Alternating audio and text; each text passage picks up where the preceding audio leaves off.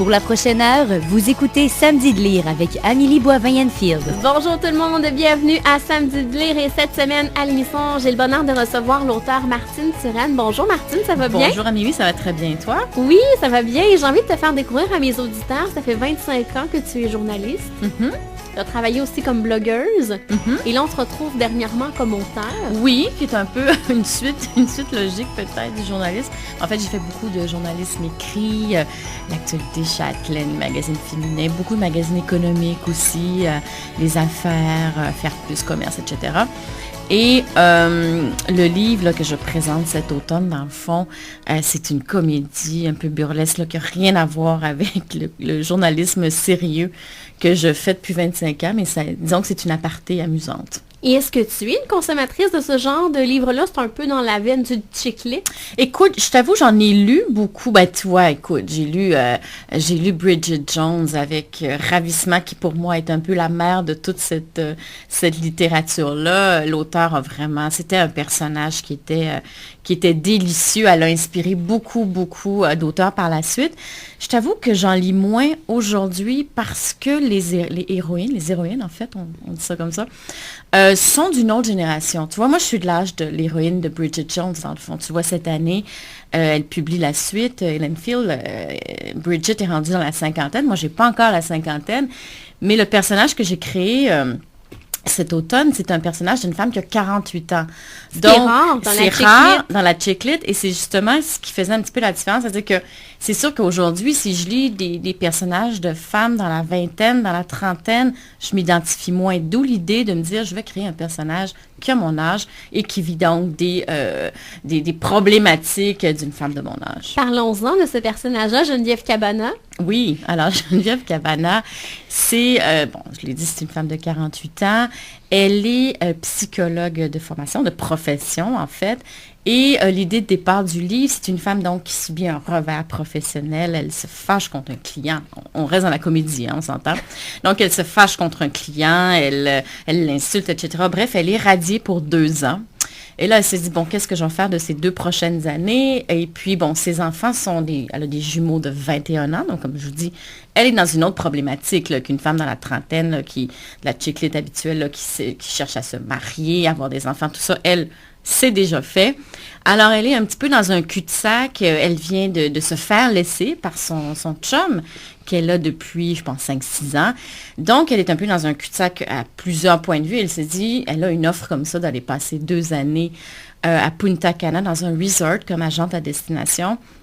Et elle se dit, pourquoi pas, je vais disparaître de la circulation pendant 2 ans. Et donc, le point de départ du livre, qui va être une trilogie, dans le fond, 3 livres, ça va se passer dans cet hôtel de Punta Cana, qui a un nom typique de ces hôtels-là, c'est-à-dire l'hôtel Princess Azul. Là, c'est toujours des noms un peu alambiqués, c'est comme ça qu'on dit. Donc, une espèce de patchage de noms français, espagnol, anglais. Et elle se ramasse là. Et donc, le premier tome du livre, c'est 1 semaine dans sa vie. Ça survient, je pense, 6 semaines après son arrivée. Donc, c'est à l'automne. Et chaque livre va être une semaine, dans le fond, de ses aventures là-bas. Parce que, bon, elle se retrouve là. Elle doit dealer, évidemment, avec ses clients. C'est sa job. Elle reçoit chaque semaine à peu près 70 nouveaux clients de son voyagiste, qui est un voyagiste québécois. Et elle doit aussi, évidemment, dealer, bon, avec ce qui se passe à l'hôtel. Sa famille, à Montréal aussi, bon, on a son père. Son père, d'ailleurs, va être là dans le 2e livre. Il vient fêter son 80e dans le 2e tome. Dans le 1er tome, évidemment, elle a beaucoup, c'est une femme qui est un peu ce qu'on appelle la génération sandwich, c'est-à-dire parents vieillissants, enfants, jeunes adultes, mais pas encore tout à fait bien installés dans la vie. Là, ils sont encore aux études, ils se cherchent encore. Alors, elle a cette préoccupation avec ses enfants. Son père, qui est un voleur, qui a une problématique particulière cette semaine-là, parce que en fait, il recherche son dentier. Et toute la semaine, en fait, on va être à la recherche de ce dentier-là. Elle se pose beaucoup de questions sur la santé mentale de son père. En fait, c'est pas plus elle que le directeur de cette maison où il habite. Et donc, c'est ça, c'est une femme tiraillée, donc elle a un peu des remords aussi. Elle se dit, bon, est-ce que j'ai bien fait de me pousser comme ça pendant 2 ans? Là, elle est au début de ce périple. Et elle se demande, bon, est-ce que j'ai bien fait? Est-ce que, tu sais, donc elle a comment je vous dirais, la culpabilité typique des femmes. Là, on s'entend, on est toujours tiraillé un peu, je travaille-tu trop, pas assez, mes enfants, mes parents, mon chum, tu sais, c'est toujours un peu cette problématique d'une femme déchirée. Et à travers ça, ben, elle subit toutes sortes d'histoires parce que, bon, dans ses clients, il leur arrive des choses. Comme dans n'importe quel resort. Comme dans n'importe quel resort. Moi, je dois vous avouer que le personnage, j'ai une de mes très, très bonnes amies d'enfance qui a été agente à destination pendant 2 ans. C'était au Venezuela, dans son cas. C'était dans les années 90, je crois. Et elle me racontait des histoires incroyables. Donc, tu sais, ça a été un peu une source d'inspiration, là. Il se passe tellement d'affaires, on s'en rend pas compte, nous, quand on va passer une semaine là. Mais l'agente à destination, la femme, la madame, c'est souvent des madames qui reçoivent ces gens-là. Ils en entendent des vertes puis des pommures. Puis il se passe aussi plein de choses au sein même de l'hôtel. L'hôtel, c'est un microcosme de plein de gens qui viennent de partout. Hein? Les autres agentes viennent, tu as une Ukrainienne là-dedans qui est assez présente, une Anglaise, tu as une Française, tu as des gens donc de partout qui reçoivent leurs propres ressortissants. Fait que ça fait un milieu très cosmopolite. Et en même temps, tu sais ça, il arrive plein de choses, là, parce qu'il y a les chocs culturels, il y a les... tu sais, en fait, c'est vraiment un milieu propice à toutes sortes d'histoires. Mais est-ce que tu es déjà allée, toi, dans un resort? Absolument, oui, Absolument. Quand même. Mais J'avais été à Punta Cana il y a quelques okay. années. Et j'ai choisi Punta Cana parce que je suis aussi à la Cuba, je suis aussi à la Martinique. Mais je me suis dit, pourquoi Punta Cana? Parce que, bon, d'abord, je voulais un milieu clos. Tu sais, je voulais que l'endroit comme tel soit une fin en soi. C'est-à-dire que tu passes ta semaine là.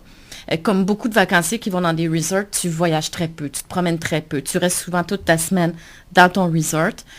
Parfois, tu as des petites activités. Pour moi, le Mexique offrait trop de sorties, si tu veux. Je me disais, quand tu es au Mexique, quand tu es dans le Yucatan, à Cancun ou à Cozumel et compagnie, tu as beaucoup, beaucoup d'attraits extérieurs.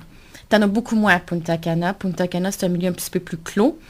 Et Cuba aurait pu aussi servir de milieu clos, mais Cuba est complètement débranché du monde. Je veux dire, tu n'as pas de Wi-Fi, ou à peu près pas, ça marche tout croche. Et comme les réseaux sociaux jouent un rôle important dans sa vie, tu sais, Geneviève est branchée sur Facebook, elle est sur Twitter, elle a ses enfants qu'à Skype. Donc, l'aspect connexion avec Montréal était très important dans le livre. Si je l'avais situé à Cuba, ben c'était comme une conversation téléphonique par semaine. Là. C'est pénible, Cuba. Là. C'est encore pénible. J'ai des amis qui en reviennent et me disent, écoute, ça me prend 3 jours à envoyer un message. Fait que l'aspect Wi-Fi est important pour moi. Je me dis, bon, la République dominicaine, c'est un pays libre. C'est un pays où l'information circule. Donc, le choix de Punta Cana était... Et je suis déjà allée, c'est un vrai petit paradis, là. C'est un peu ce que je décris dans le livre. La mer, c'est une mer aussi belle que celle de Cuba avec des plages fabuleuses. Là. Donc, au niveau de l'endroit, c'est un petit paradis où tu ne veux pas sortir, dans le fond. Et est-ce que le personnage de Geneviève Cabana est près de toi? Ben, écoute, les gens qui lisent le livre disent, tu sais, dans le fond, je suis un mélange d'un tas de personnages là-dedans, tu sais. Des fois, c'est l'anglaise qui va parler, mes amis m'ont dit, on dirait que c'est toi qui parles. Donc, Cabana, je te dirais qu'elle est près de moi. En même temps, c'est une psychologue, et moi, je suis journaliste. Donc, c'est une femme, d'après moi, qui a une personnalité un petit peu plus cérébrale, peut-être plus sérieuse que je peux l'être. Elle a quand même fait un travail qui était un travail très didactique, c'est un travail d'écoute beaucoup, d'analyse. Quand tu es journaliste, tu développes d'autres genres de qualités. En même temps, oui, écoute, elle peut être proche de moi. D'abord, j'ai situé son éducation dans le nord de la ville de Montréal, c'est là que j'ai été élevée. Dans un milieu assez cosmopolite. Elle a vraiment des points communs avec moi, le même âge que moi. Mais en même temps, elle a eu une vie professionnelle différente qui a fait qu'elle a développé d'autres genres de qualités que j'ai pas développées nécessairement. T'sais. Et le fait d'écrire justement de l'humour, est-ce que c'est une autre facette de ta personnalité que tu n'as pas pu exploiter dans ton travail de journaliste? Oui, je dirais que j'ai toujours voulu écrire de l'humour. Dans les années 2000, avec Diane Bérard, avec qui je travaillais, à l'époque, je travaillais avec elle déjà, oui, aux affaires, donc dans un milieu de presse économique très sérieuse. On avait fait un essai qui s'appelle Deux filles le mercredi soir, qui était un peu un essai comique sur la trentaine. À ce moment-là, on avait des jeunes enfants et puis on se voyait tous les mercredis soirs pour souper. Fait qu'on avait fait une espèce de condensé de nos soupers. Donc, c'était un livre humoristique. Donc, moi, l'humour, pour moi, c'est C'est quelque chose que j'adore faire. Je t'avoue, j'ai un plaisir fou à faire ce livre-là parce que ça m'amusait de le faire. J'aime beaucoup la comédie. J'aime beaucoup voir des comédies, des films, des séries. J'aime l'humour. Alors, en partant, écrire ça a été comme du bonbon pour moi, tu sais. Alors que le journalisme, effectivement, j'ai fait essentiellement un journaliste très sérieux. Ben, merci Martine. Si tu me permets, on va aller en musique et on se reparle dans les prochains instants. Parfait.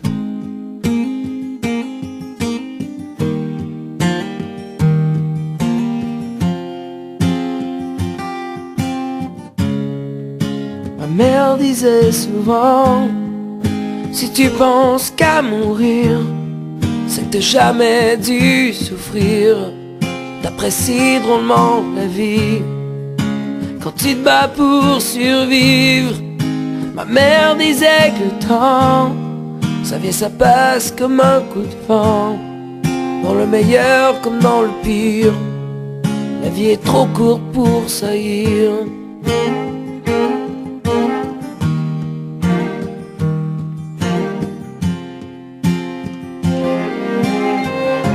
Ma mère disait que les enfants meurent après les parents.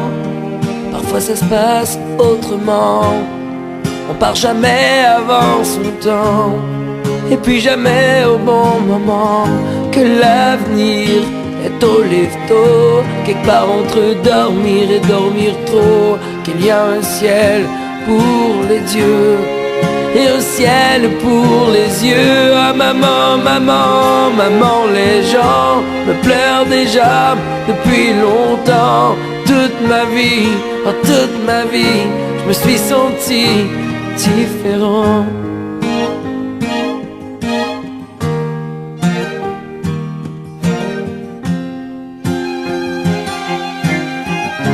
Ma mère disait, garçon, l'argent fera jamais ton bonheur.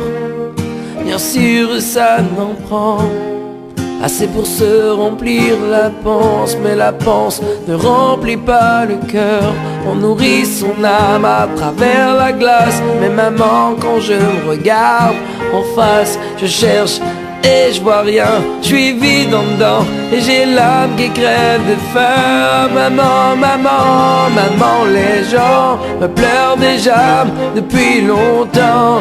Toute ma vie, oh, toute ma vie, je me suis senti différent.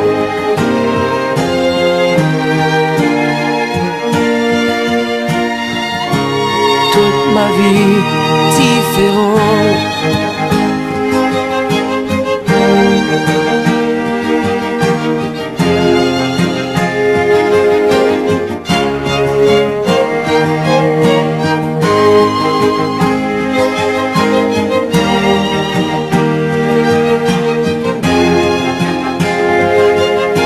Ma mère disait souvent, ma mère disait souvent, ma mère disait souvent, tout le monde est différent.